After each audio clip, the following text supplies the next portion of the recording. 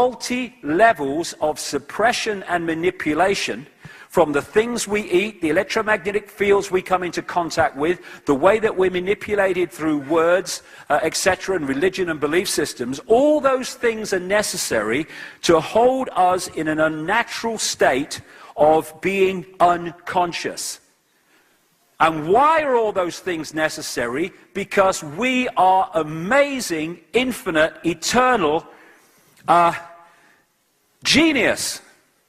And we've been held in this unnatural state. But, like I say, if you're going to hold the ball in the unnatural state, you've got to hold it there. Because the moment you let it go, woof, it's in its natural state, because that's where it will gravitate to immediately. And the moment we throw off the chains and the shackles of this manipulation and of this misunderstanding of who we are and where we are, then as we break those chains, those vibrational chains, we are going to become conscious by definition, because that's what we are. You know, people think, I've got to seek enlightenment. No! We are enlightened. That's our natural state. The unnatural state is what we've been put into, and therefore we don't have to seek enlightenment. We have to remove the vibrational barriers and belief systems that have held us in a state of unenlightenment. It's not about seeking it, it's about removing what is stopping us being what we already are.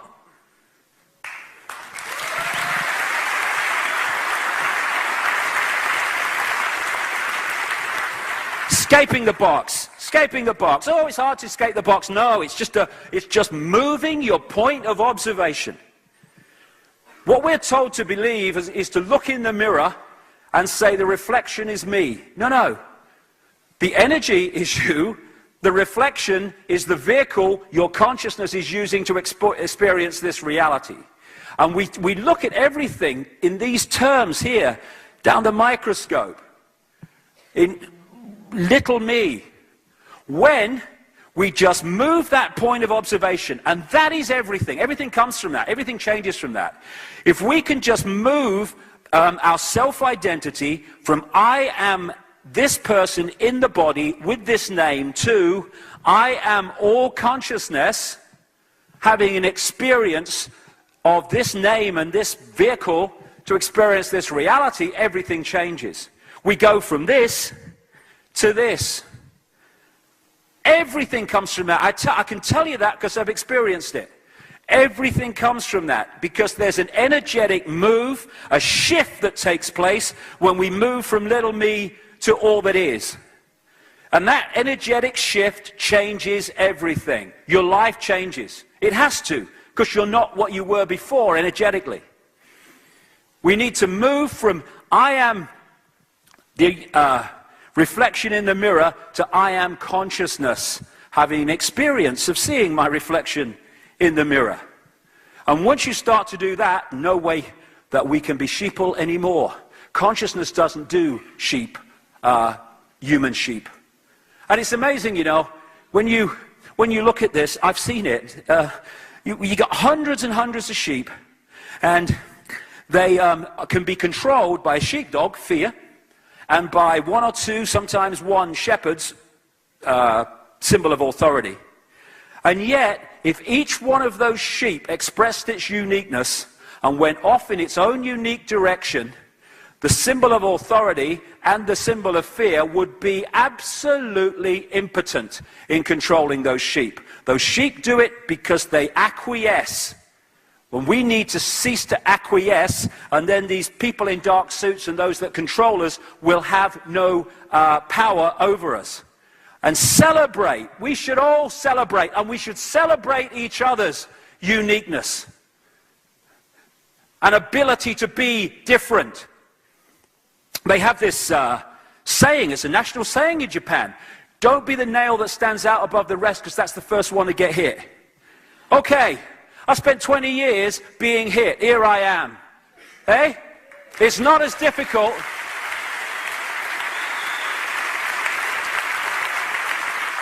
It's not as difficult. See, so many things.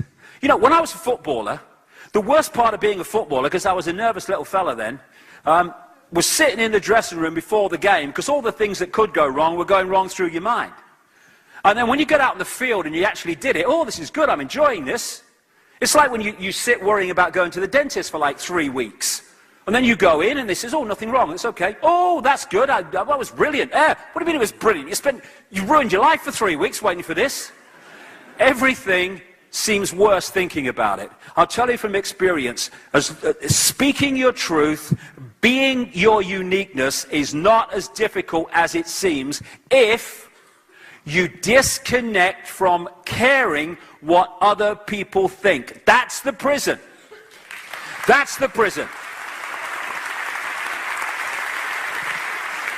Most people live in a prison of fearing what other people think. Therefore, they don't live their life. They live someone else's version of what they should be. Bugger that for a lark. Don't want to know, thank you.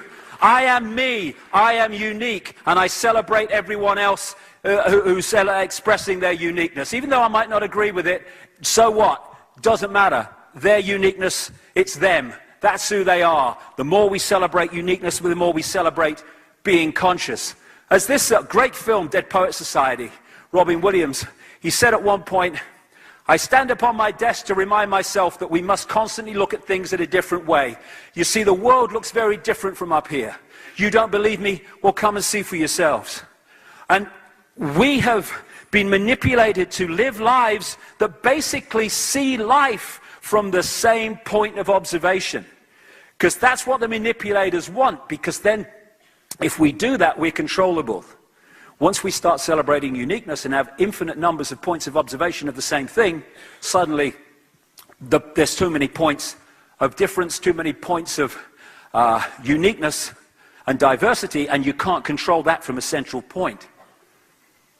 When we open to consciousness, everything seems different because we become different and we lose these prisons like fear and insecurity, and the auric field opens, the mind opens to consciousness, and we start to live a life that is the real us and not the fake us that we have lived up to this point. One of the great things is clearing our minds of the clutter. Always going on clearing the minds of the clutter. When about 2 years ago now, when I was going through this, started this big kind of awakening within myself, like another level, I had this overwhelming feeling for months just to throw everything out.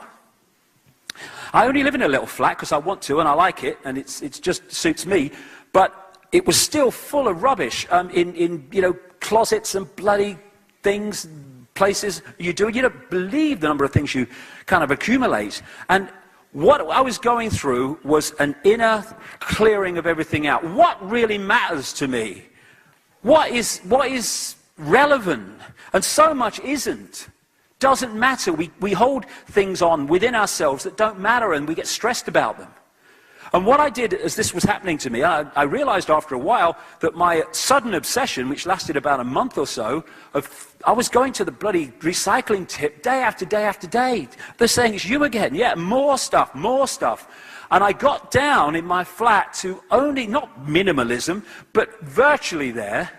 And I cleared all these things. Oh, I'll keep that. I might need it. Well, I never use it. Get rid of it. And then I went, after that kind of, I stopped because I had nothing else to throw out. I went through a process, and you know, I'm quite a clean fella, but I'm not obsessed with it. But I wanted to clean everything. Cleaning everything constantly. And what I realized that I was doing is I was externalizing what was happening within me. And it was such a wonderful experience to clear out external expression of it, but the inner clutter, to start to realize what really matters. And you start to realize it so much that winds us up and diverts us and pulls us into mind and stress doesn't matter. You know, I have this thing now. I say to people, if you were on your deathbed and had 10 minutes to live, would what's stressing you now matter? Well, no. Well, the great trick is bring that here into the now and don't let it matter now. Oh, well, what she said about me, it was disgusting. Doesn't matter. She'll say something else tomorrow. What does it matter? How dare you say this about me? Oh, and oh, it's terrible what they're doing.